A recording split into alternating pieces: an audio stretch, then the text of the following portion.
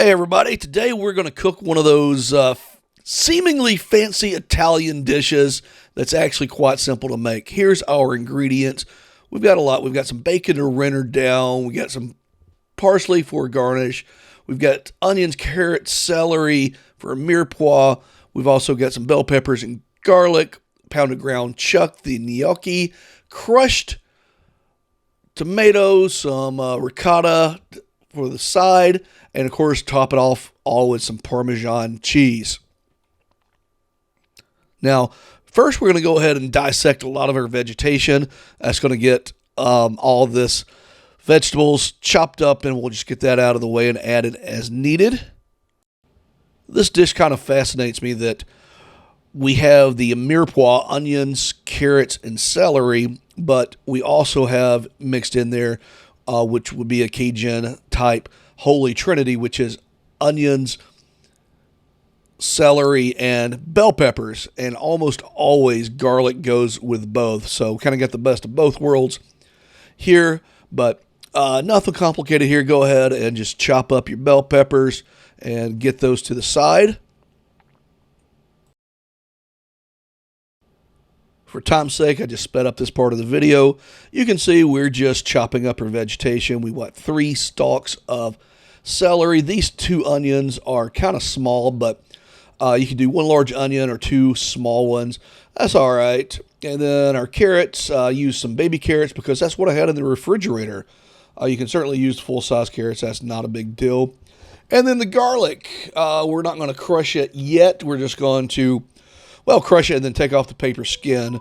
Later on, we're going to run that through a garlic press because that gets a lot more of the garlic oils out, and it's just a lot finer than I could ever chop it.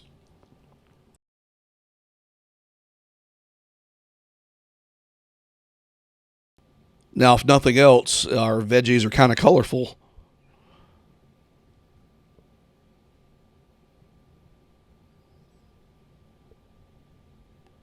So now let's go ahead and crack open our garlic as mentioned before.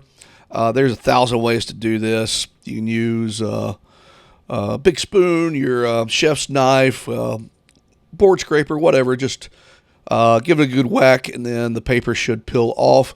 And then we're also going to cut off some of the little tips here, and then later we're going to run this through a garlic press. I do that through a garlic press because you can only chop it so fine, and running it through the press gets you a lot finer cuts, and the oils are released more, and you just get a more intense flavor from the garlic. So there's our Dutch oven. We threw in some olive oil. Now we're going to throw in some chunks of bacon here. This is just some thick cut bacon. Nothing special here. We're just going to throw it in and let it render out some fat. So you can certainly use pancetta or pork belly, but just let your pork render out. We just want that flavor. Now throw in all of your vegetation. Board scraper works really well here. So if you don't have one, they're really, really inexpensive, and I think a very underutilized tool. You can chop with it. There's even a measuring tape on most of them, and of course you can scrape up your food and dump it in. Now here goes the garlic, and we're going to crush that in directly into our pan, and there's all the beautiful garlic goo. Just load that back up. Bought this one at IKEA. They're dirt cheap, $5 or $6. Worth every penny. A little hard to clean, but that's all right.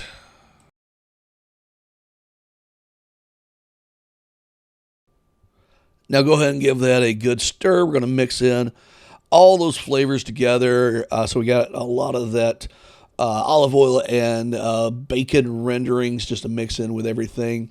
This will start to cook down, and the aroma here is just incredible. So if you know nothing else about cooking, just saute a mirepoix and call it a day. Now we're going to throw in some ground chuck and break that apart. You can buy ground beef, ground sirloin, ground chuck. I like ground chuck. It seems to have the more meaty flavor. It's the chuck part of the of the cow that's just ground up, ground sirloin. It's a sirloin steak ground up. Ground beef is just the trimmings of who knows what. It could be filet mignon. It could be, I don't know. Only God knows what ground beef is. So it could be any part of the cow.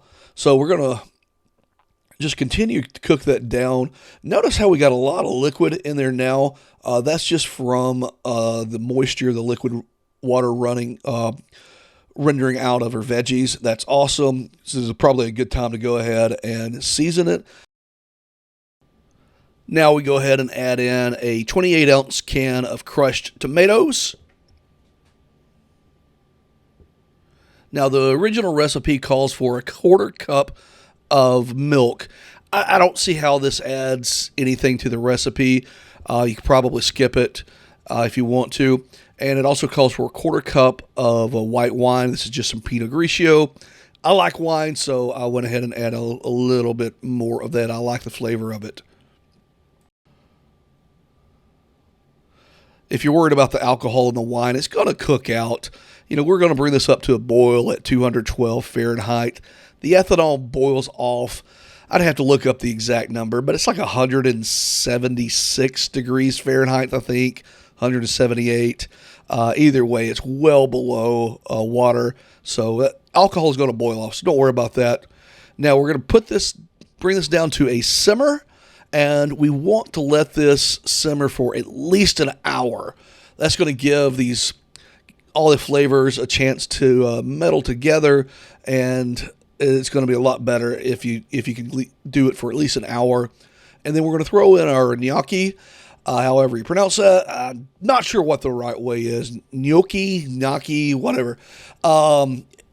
It only takes about 2 minutes to cook this, but I like it a little softer. So we're going to cook this for about another 15 minutes. And that is looking delicious. Next, we're going to plate it up. The plating is pretty simple. We're going to put down a bed of our gnocchi Bolognese. I think that's how you say it. And just about a ladle full of that. Serve with a couple of spoonfuls of ricotta cheese. This really mixes well. The contrasting hot and cold goes really well together. And, of course, we're going to sprinkle some Parmesan cheese on top of that. You can eat Parmesan cheese on anything. That'll make it good. Then we're going to sprinkle some parsley on top of that, more as a garnish, but it does add some flavor. This one's so easy to make. I hope you guys enjoy it and try it at home.